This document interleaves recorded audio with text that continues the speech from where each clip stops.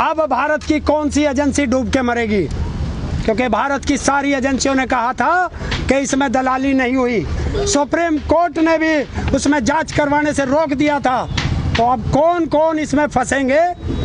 हमने तो पहले ही कहा था, क्योंकि इसमें कोई बीच में दलाल नहीं था, सीधा भारत का प्रधानमंत्री डील कर रहा था। फिर बताइए 1 मिलियन यूरो किसको दलाली दी गई है? पहले ही ये जितना जो कहता है, ये कहता था ना खाऊंगा ना खाने दूंगा, अब सामने आ रहा है कि खाऊंगा भी और यारों को खिलाऊंगा भी। सर ये मामला सुप्रीम कोर्ट में गया था, वहाँ से क्लीन चिट मिल गई 2019 में इसको, तो अब कैसे एकदम से सामने आया? ये वहाँ की जो, अरे तुम सोचते हो हमारे देश में जो दल्ले एजेंसी बैठी है बस वही बची है? वहाँ की एजेंसी उन्होंने जांच की है और उसकी 1 रिपोर्ट आ चुकी है, 2 रिपोर्ट अभी बाकी है, उनका भी खुलासा होगा।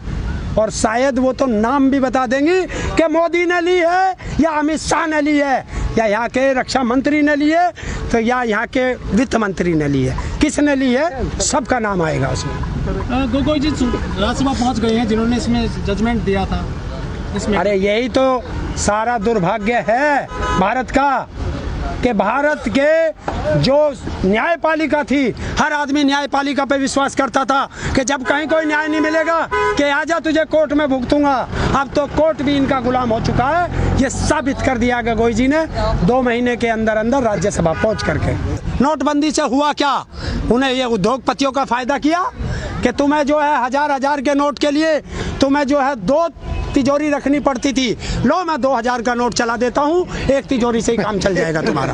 आप सर उद्योगपतियों की बात कर रहे हो, जब राफेल 2019 में मुद्दा राहुल गांधी ने संसद में उठाया था तो मजाक बनाई गई कि ये पप्पू क्या कह रहा है। ये मजाक नहीं होती है, ये बीजेपी की IT सेल की सोची समझी साजिश थी कि जो भी इसके बारे में बोलेगा उसको किसी को पप्पू कहो, किसी को आतंकवादी कहो, किसी को टुकड़े गैंग कहो, सबको दबा दो।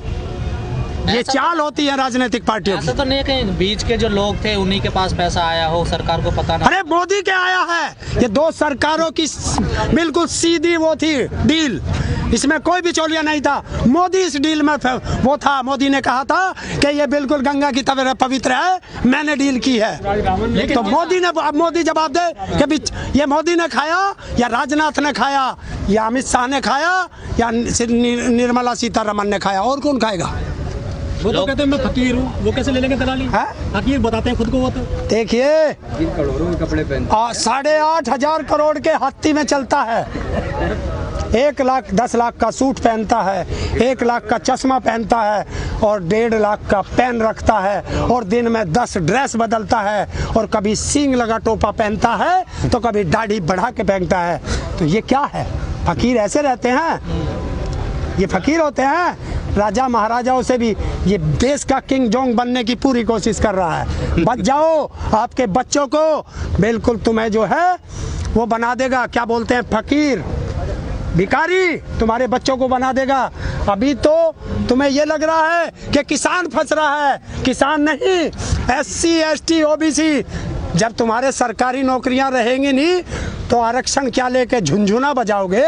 सही बात है। जब सारा देश बिक जाएगा क्या करोगे उस आरक्षण का?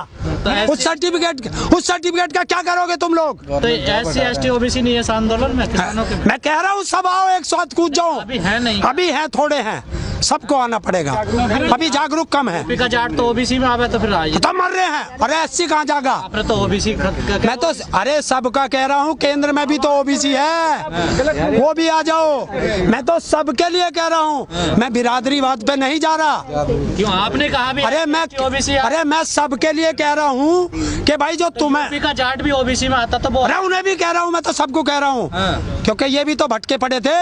ये भी तो सब घर मोदी, हर मोदी, घर मोदी कह रहे थे, और जिसने अपने घर में मोदी बांट लिया उस घर का नाश पक्का है। नरेंद्र जी, मोदी सरकार ने कल कह दिया है कि देश में जो 1.5 लाख सैनिक है, जो जवान है, उनको हटाया जाएगा, मतलब नौकरी छीनी जाएगी उनकी 2-3 साल के अंदर। बिल्कुल लिमिटेड लोग रहेंगे, लिमिटेड लोगों से तुम पे हंटर चलवाया जाएगा और किंग जोंग उसका उदाहरण बनेगा।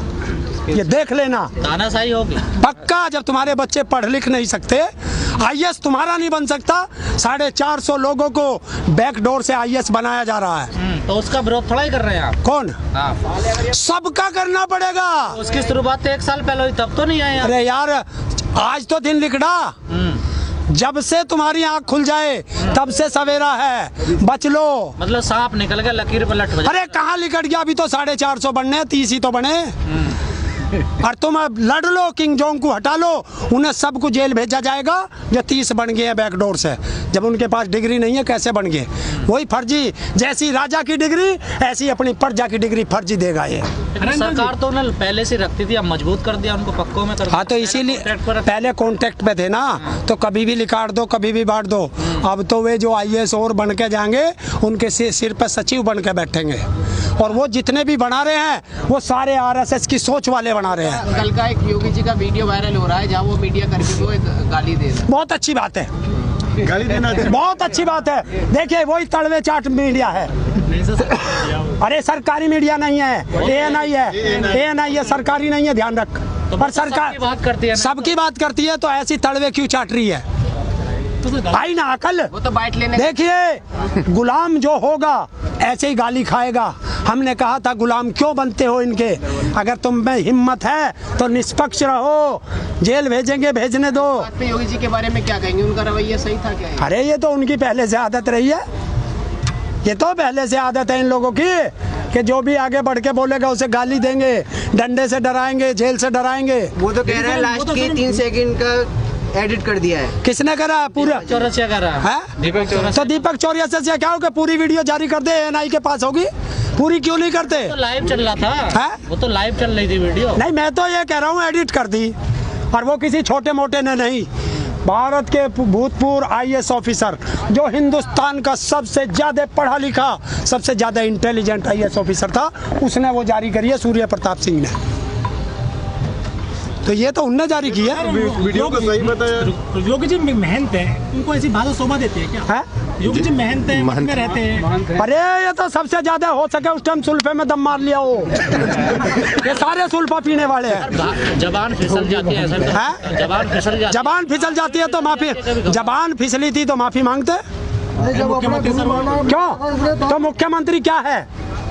नौकर है जनता का। गाड़ी पलटते हैं यूपी में, है? गाड़ी पलटा देते हैं वो। तो गाड़ी पलटती है तो संसद में माफी भी मांगते हैं, खौफ है। संसद में आंसू भर के भी रोते हैं। ये ध्यान कर लेना, ये परमानेंट कुर्सी नहीं है। कल को कोई और भी आएगा, फिर पता ना किसकी गाड़ी पलटेंगी।